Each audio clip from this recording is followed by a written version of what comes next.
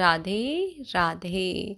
आप जानते हैं कि राम जन्म का रीज़न क्या है? राम जी का जन्म क्यों हुआ? जब भगवान कोई अवतार लेते हैं, उसके पीछे ना जाने कितने कारण होते हैं, जिसके कारण हमारे ठाकुर जी इस भूलोक में अवतरित होते हैं।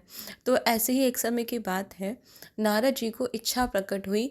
स्वयं नारद जी को इच्छा क्या प्रकट हुई? नारायण जैसे बनने की। नारायण तो भैया बहुत सुंदर है, उनसे ज़्यादा सुंदर तो इस ब्रह्मांड में कोई है ही नहीं है, क्योंकि हमारे नारद मुनि को हो गया एक सुकन्या से प्रेम। उन्होंने एक इतनी सुंदर कन्या देखी, अब तो उसके रूप को देख के मोहित हो गए, और उस कन्या का होने वाला था स्वयंवर। अब तो नारद जी को विवाह करने की इच्छा होने लगी। अब मैं भी ये वाला सुख ले ही लूँ। अब भैया नारद जी, अब वो कन्या मुझे कैसे वरण करेगी? तो गए श्री हरि की शरण में। अब हमारे विष्णु भगवान की शरण में गए और कहते, हे प्रभु, मुझे कन्या से प्रेम हो गया है, मैं उससे विवाह करना चाहता हूँ। अब वो ऐसे तो मेरे को पसंद करेगी नहीं, राजकुमारी है कहीं की।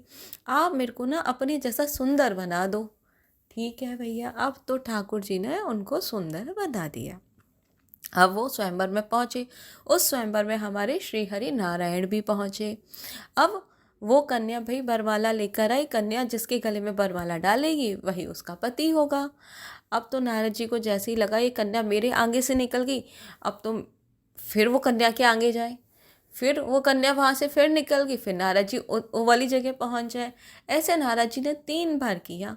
वो कन्या ने एक बार भी उनके गले में वरमाला नहीं डाली। उनको लगा कहीं ऐसा तो नहीं मुझे देखा नहीं होगा, और उन्होंने अंत में जाके वो वरमाला श्री हरि नारायण के गले में डाल दी। अब तो भाई नारद जी को इतना क्रोध आया, इतना क्रोध आया कि मैंने तो ठाकुर जी से कहा था कि मुझे अपने जैसा सुंदर बना दो, और फिर भी देखो स्वयंवर में ना ठाकुर जी भी पहुँचे और खुद ही उस कन्या का वरण करके ले गए। उस कन्या ने तो भैया ठाकुर जी को ही, उन्होंने मेरे को कैसा मतलब ऐसा सुंदर बनाया। ऐसे ही नारद जी वहाँ से ऐसे क्रोध करते हुए, विचार करते हुए निकल ही रहे थे कि एक नदी के सामने से निकले तो उनको अपनी परछाई दिखी। किसमें? नदी में उनको अपनी परछाई दिख जाती है। तो वो क्या देखते हैं? उनका स्वरूप कैसा है? वानर के जैसा। अब तो नारद जी इतना क्रोध आया, इतना क्रोध आया, वो गए श्री हरि नारायण की शरण में। श्री हरि नारायण की शरण में जाने के बाद में ठाकुर जी को बोलते हैं, आज आपने जिस स्त्री प्रेम में जिस तरह आपने मुझे दुत्कारा है, इसी तरह आप भी अपने स्त्री के प्रेम में आप वियोग में भटकेंगे। स्त्री के प्रेम में आप भी रोएंगे जिस तरह मैं उस स्त्री के वियोग में रो रहा हूँ, और आपकी सहायता कोई वानर के द्वारा ही होगी। आपने जो मुझे वानर का मुख दिया है ना, आपकी सहायता कोई वानर ही करेगा, तभी आपके कार्य सफल होंगे। अब तो भैया नारद जी ने श्राप दे दिया। बस कुछ ही क्षण बीते होंगे कि नारद जी को हुआ ये मेरे साथ हुआ क्या? मैंने अपने आराध्य को श्राप दे दिया, जिनका मैं दिन रात हर पहर श्रवण करता रहता हूँ, और मैंने उनको, ये कैसी माया थी मेरे ऊपर।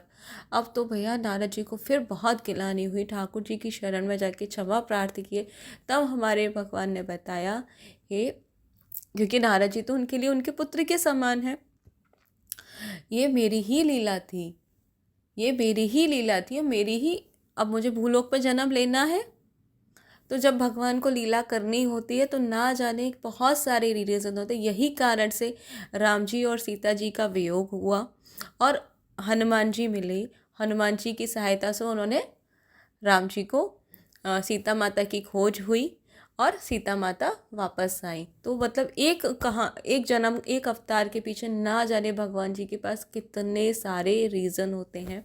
तो इसी प्रकार आप सबको प्यार भरा राधे राधे। इसी प्रकार की जानकारी के साथ हमारे साथ जुड़े रहिए, बने रहिए, हंसते रहिए, मुस्कुराते रहिए। जय श्री राम।